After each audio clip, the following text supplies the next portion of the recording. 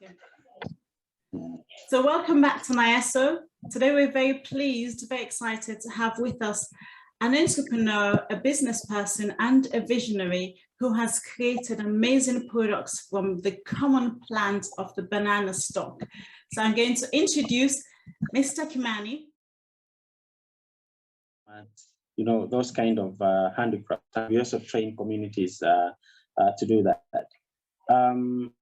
Now, we also have tried to make hair extensions from the fibers, and they are working so well. And this will be a game changer. Yes, it would. Because my thinking is that Africans should make their own hair. Yes. My thing is, I think Africans should grow their own hair. So this is all my hair. It's partly in a thing. I went for a run this morning, and as I said, I'm rushing around, and I feel that we should learn to grow our own hair. So like you, I actually made a hair product which I use on my hair, and it's and that's all I use. No gel, no nothing. And I think that if they don't want to, if they're not able to grow their own hair, then the best thing is if they're not able to grow their hair from the head, then the next best thing would be your product where they're using a wig or hair extension that is grown on the continent, that is organic, that is not obtained from anybody's temple. Because I hear that I understand some hair has been prayed over and dedicated to certain gods in some countries before people go buy them to make wigs. And I think we need to think spiritually. That's really unfortunate. And I also know in Africa here, there are also some communities who use hair for witchcraft purposes. Oh, nice. So if it is used for witchcraft purposes, and then you go buy such a hair from whichever community it has come from across the world, and then you put it on your head, definitely you'll have some spiritual kind of an attack, which you may not understand. So it's so your product would be very good for, is your product already? So it's can be used to braid hair? Oh yes, it can be used to create hair. It's working so well. It can be plaited, you know, braided, and it works very well. That's very good. So what else? So you've got hair braids, wigs, logs. What else are you doing with your banana fiber?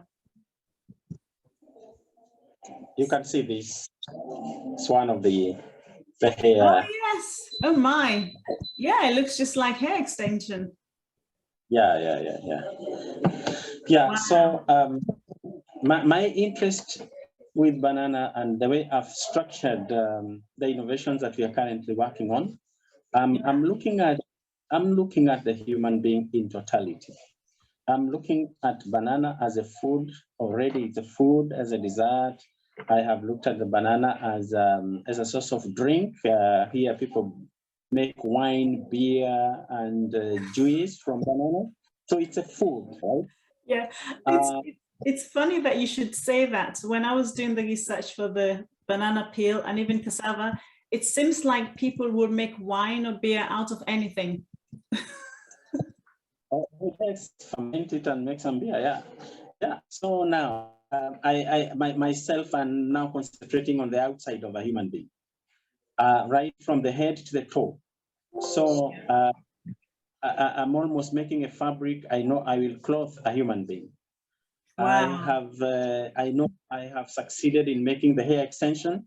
So I know our ladies are going to wear hair extensions. Then just a couple of weeks ago, I did a process of making vegan leather. Oh, wow. Vegan leather from banana fiber. And in 2 weeks' time, I will have a sample, which I want to try to make shoes, to make bags, to make belts, to make what.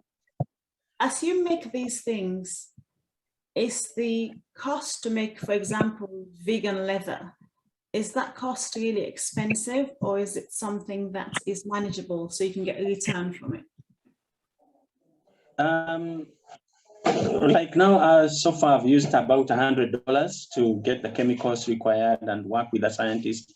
I'm going to pay that scientist some fee, especially for the lab that we are using. And then thereafter now I will determine what kind of equipment we may need to produce such a product. Just the way I'm also working with some textile scientists on how we can make now an mini industrial process, manufacturing banana yarn.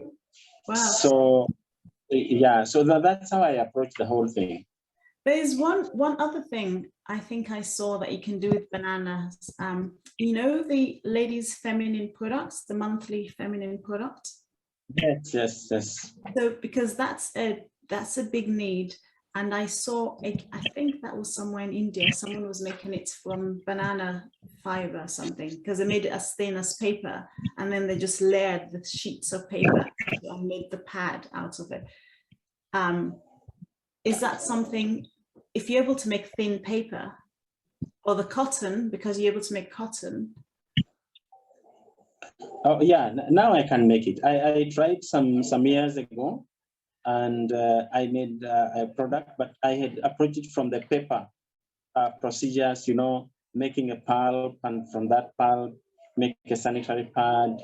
And then, but I faced some problems because the phytosanitary requirements to have that product go to the public are so stringent. So they demotivated me, so I could not go that direction. Right. But now, I'm motivated probably to share this with somebody who has interest to make, because now the cotton and banana fiber looks very nice for sanitary pads. Yes. And I think if you go pulp way, you have a problem. But when you soften to a level of cotton, then you have a product which can be used for sanitary pads. Because that would be, like you said, another game changer for the continent, because there's so many people that have to rely on other means. And there's so many girls sometimes that I heard may not be able to go to school, or it's not convenient, may not be able to participate in a whole bunch of things. So that's good. Very impressive. Very, very impressive. So how, in terms of being an entrepreneur, so you look for a problem and you try and find a solution for it. If you're talking to a young graduate, what would you say to them to encourage them to have that mindset change so they can start to also explore what's available locally? I would actually be very interested to talk to a student who is still at the university college. Yeah. Okay. Probably could start there, because I am sure from what I've seen around, these people are leaving their jobs at the university. I talk to young people around Uganda here and in Kenya, and whenever I'm addressing them, I'm telling them, look here, you're paying fees, school fees at the university. How much of that school fees can you recover from the university, from the skill that you get from the university? Commercialize it before you graduate and walk out of the university having recovered some percentage of the school fees, but most importantly, having walked out with a job, and then you just go and commercialize. Because I've realized these students step out of the university, their thinking changes because of the challenges they face out there. Yeah, even if they were how innovative at the university, the community that receives them after school does not motivate them to be innovative. So you find them doing other unrelated jobs from the skills they have. So the journey begins at school. And okay, if somebody has already graduated and left the school, what is that is around your community? What do you see? Do you see some plants? Do you see some stones? Yeah. Do you see some kind of colors around you? What can those flowers, those colored things that are natural, what can they do?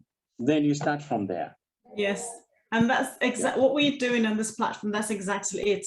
we're taking one thing at a time that is grown on the continent, that is available there, and we're saying this thing, these are the things you can do with it.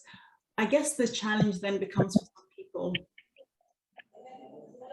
they're able to connect with a mentor.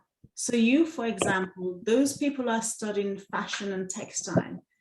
If they're able to reach out to you, then they can see a real life example, and you'll be able to mentor them, and you'll be able to capitalize on having more skilled people to do more research quickly.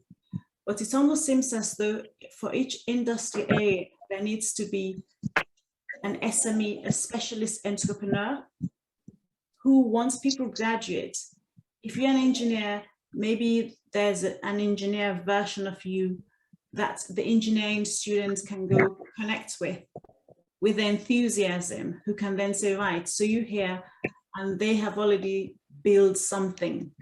So that student is not graduated and they don't know where to go, because in their family, they may not have anyone.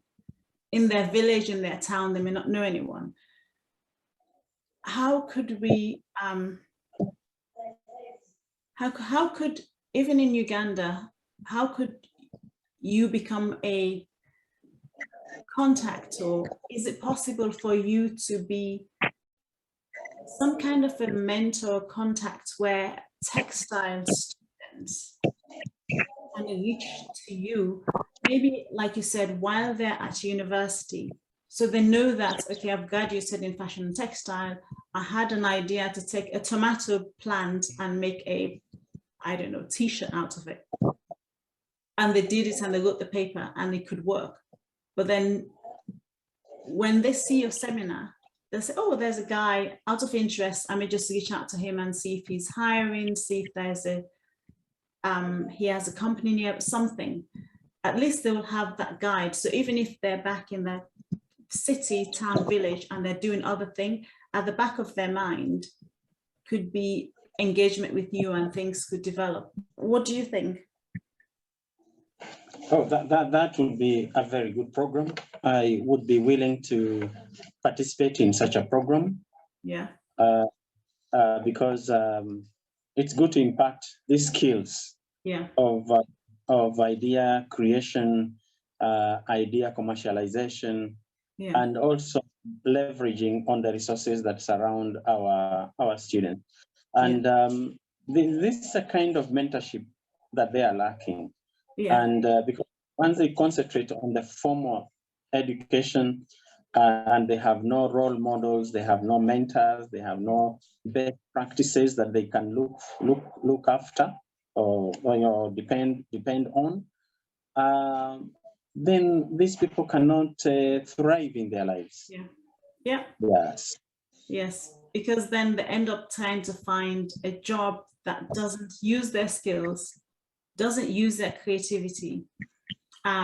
It's just a job, doesn't necessarily even pay that much, with very little future of advancing.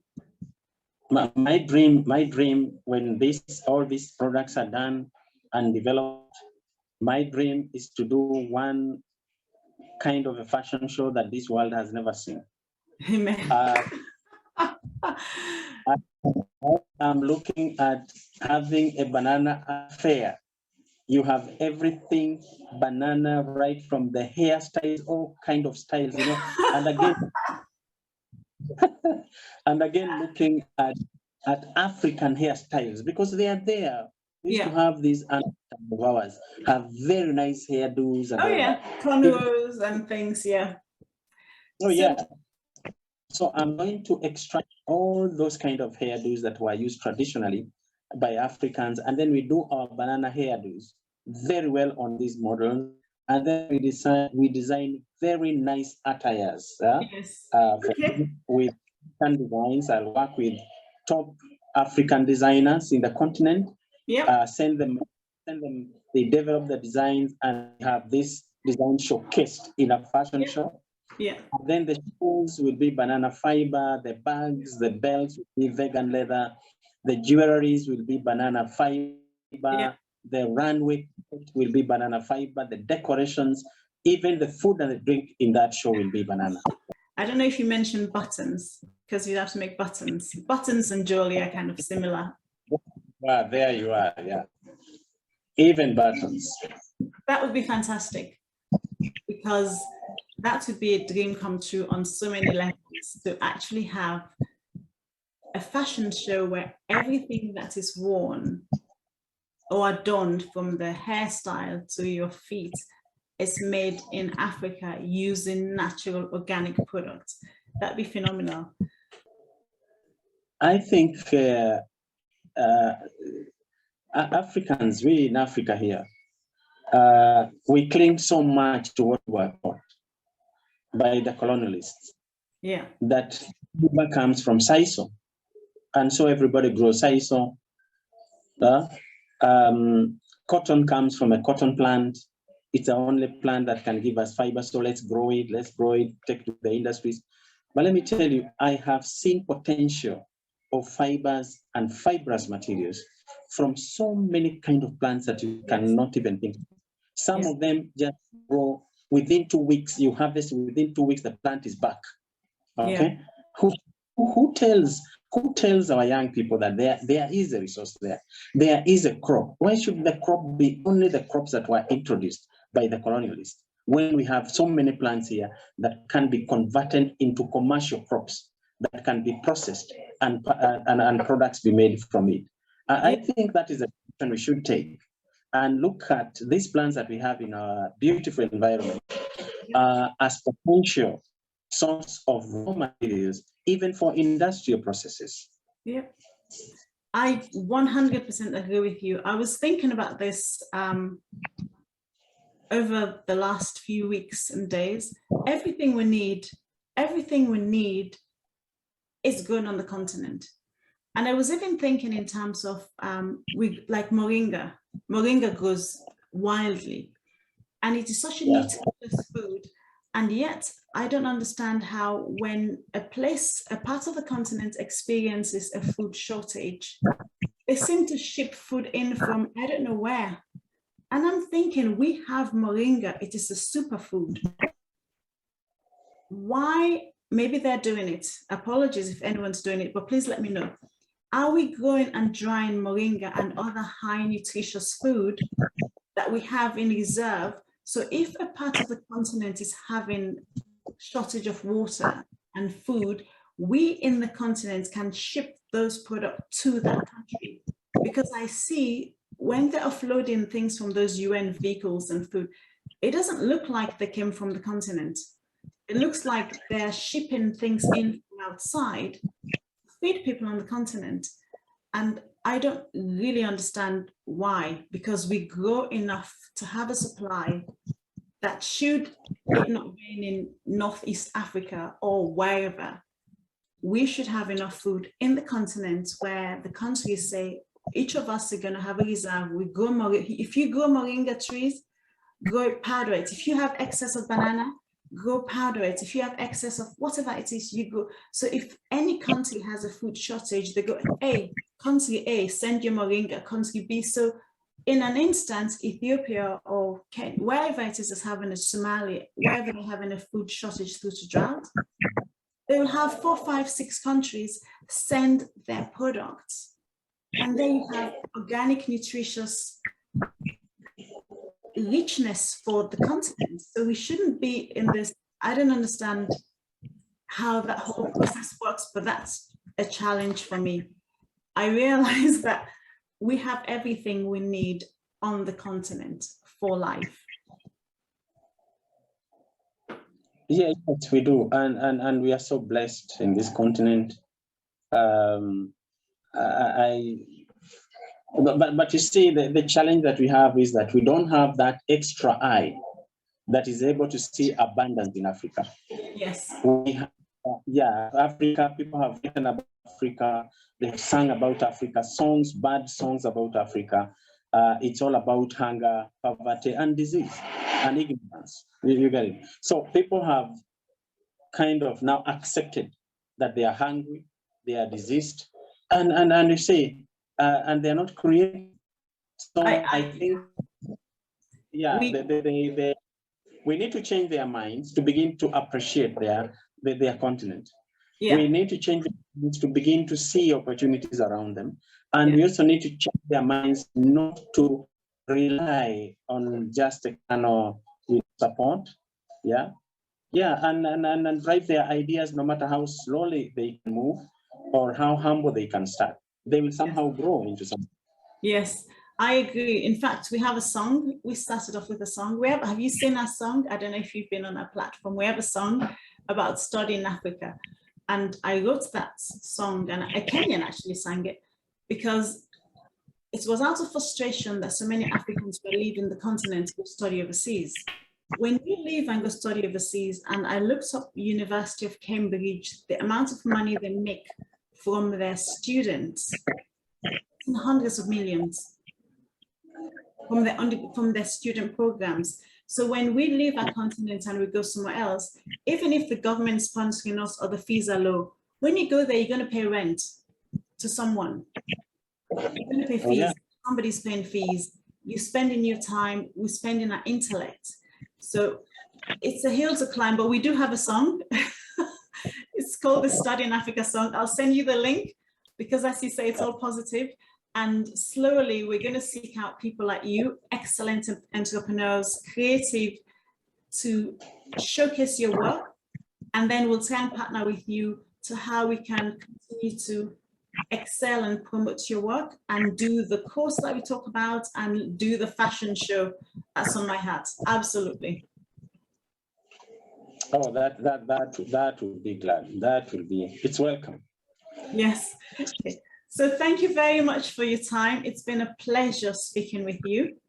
We appreciate everything that you shared with us, and we do really commend you for your work, commend you for your diligence, commend you for your visionary and your continued desire to improve the lives of people in the continent, and also the output of products that we use and make in the continent. Thank you so much for having me. I've enjoyed this discussion, and I hope that we engage as we move on. Yes, we will. Thank you very much. So to the NIAS audience, we'll be back with some other video. Thank you for watching.